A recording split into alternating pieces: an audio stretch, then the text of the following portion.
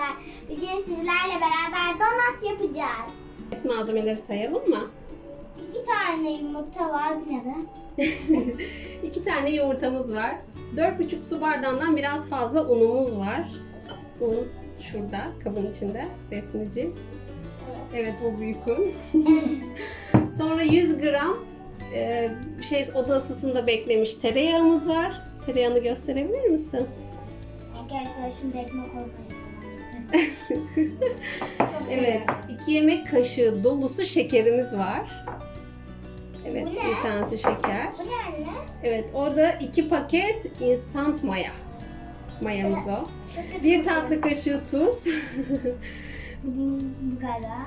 Evet. Hiç tuza benzemiyor. Hayır, diğeri tuz. O vanilya. 1 paket vanilin. Ve sütümüz var. Süt de orada. 1,5 su bardağından biraz az ılık süt olacak. Arkadaşlar çok tatlı. Evet.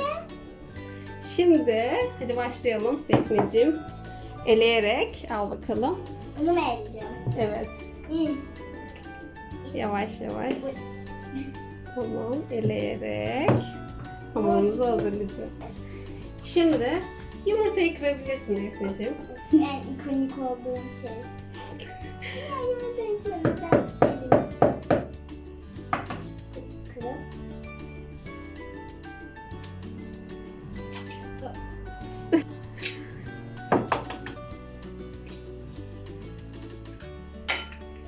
Şu ellerini yıkamaya. Sonra tereyağını ekleyelim. Evet, istediğini ekle.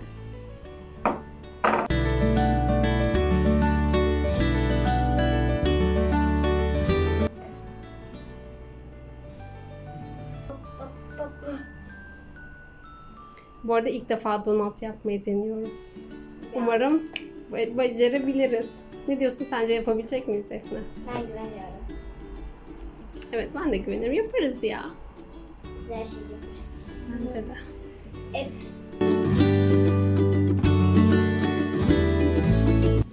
Evet arkadaşlar, şimdi hamurumuzu yaptık bakın. Şimdi streç filmle kapatacağız üstünü.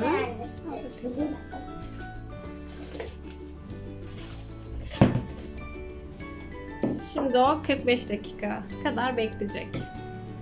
Evet, mayalandıktan sonra görüşürüz. Görüşürüz.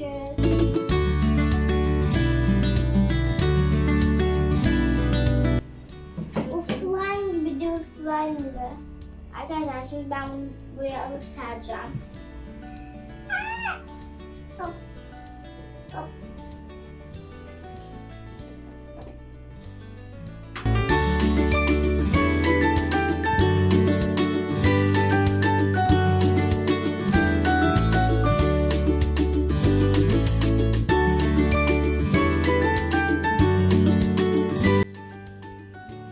Defne bıraktı donat yapmayı. Bana kaldı.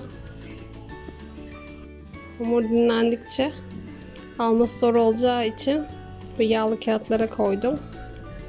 Böyle kızartıyoruz.